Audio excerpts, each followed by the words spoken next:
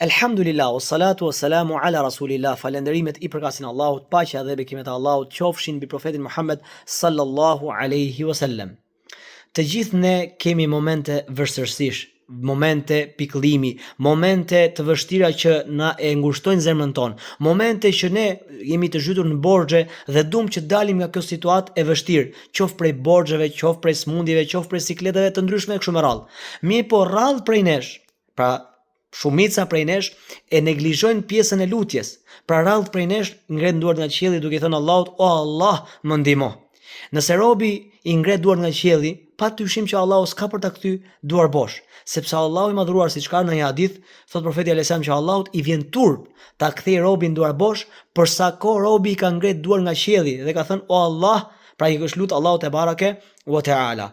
Mirë po edhe prej shkaqeve të tjera që bëjnë lutjen të pranueshme, që të pranohet lutja, është edhe të thuash lutjet që kanë ardhur nga pejgamberi sallallahu alaihi wasallam, ose lutjet që kanë ardhur edhe në Kur'anin famëlar. Për shembull, një prej tyre është ajo që ka thënë profeti sallallahu alaihi wasallam: "Nuk ndodh një musliman që të lutet me lutjen e Yunusit alayhis salam, i cili ishte në barkun e balenës kur e bëri këtë lutje, vetëm se Allahu ka për t'ia pranuar lutjen e tij."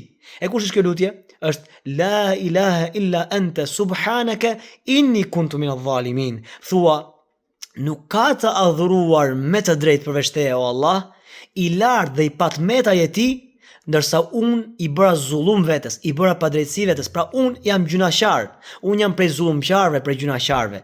Ke kjo lutje madhështore, ti po i shpreh Allahut, domethënë atë që Allahu e meriton. Po thua nuk ka të adhuruar me të drejtë përveç teje. Pra s'ka të adhuruar me të drejtë përveç teje, as teqja, as tyrbe, as varr, as gjë tjetër.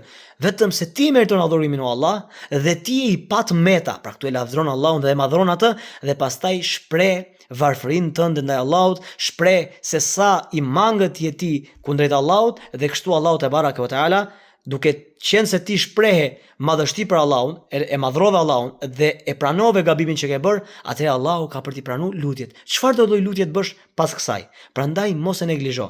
Mirë po, që të pranohet lutja, duhen edhe tre gjëra bazë që t'i largohen këto, domethënë tre gjëra bazë të largohen disa prej tyre dhe të zbatohen disa prej tyre. Pra janë tre gjëra që ne duhet t'i kemi kujdes. E para është që me lut Allahun një vetëm pa shok, pa lut teqe, pa lut tyrbe, pa lut askënd tjetër përveç Allahut te bareke u teala. Dhe domethënë me lut Allahun me emrat dhe me cilësitë e tij të larta. Për shembull, kur do falje, kërkon falje, thu ya Ghaffar, Allahumma ighfirli. Thu o falës, më fal mua. Kur do rizq, furnizim, thua ya Razzaq, Allahumma rzuqni. Thu o furnizues, më furnizo mua. Kur do me të dhuru diçka Allahu, për shembull me të dhënë një fëmijë, thua ya Wahhab, Allahumma habli. Thua o dhurues, më dhuro mua ya Rabbel alamin. Dhe kështu ti Allahu te baraka ve taala po e lut me emrat dhe me cilësitë e tij dhe padyshim që Allahu ka për ta pranuar lutjen, se Allahu i madhuar thot: "Te Allahut janë emrat e bukur, prandaj lutuni Allahut me to."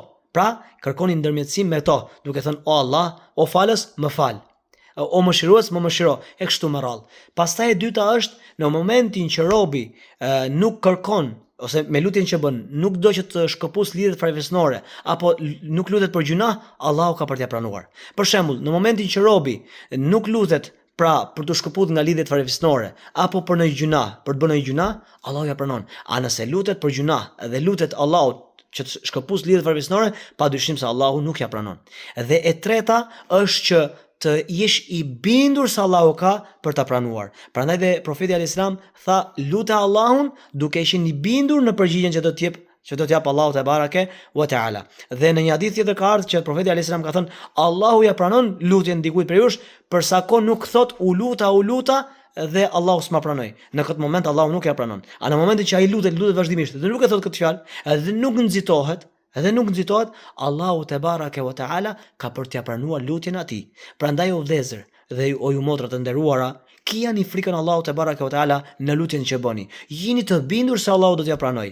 Në momentin që je lut shumë kohë, por nuk ka ardhur përgjigja, dije se mangësia është tek ty dhe jo tek lutja, se lutjen Allahu ta pranon. Prandaj dhe Omeri radiallahu anhu thoshte: "Unë nuk mbaj gajlen apo nuk mbaj shqetësimin e pranimit të duas. Nuk e mbaj këtë shqetësim, sepse e di që do ma pranoj Allahu, po mbaj shqetësimin a do lutem, se në momentin që ti ngre duart nga qielli, padyshim se të është pranuar duaja, sepse Allahu i madhëruar turpërohet kur robi ngre duart. Prandaj lutju Allahut me gjithë sinqeritetin tënd dhe inshallah do gjesh, do gjesh pranim. Por edhe një prej gjërave që bën që të pranohet duaja është edhe të thush sa më shpesh: Ja Rabbi, ja Rabbi, ja Rabbi, o Zoti im, o Zoti im, o Zoti im. Dhe kështu Allahu ta pranon. Siç ka ardhur në shumë ajete kuranore, kur ata than Rabbana, Rabbana, Rabbana, o Zoti ynë, pastaj Allahu erdhi me përgjigjen e tij të bukur dhe përgjigjja e tij është më e mira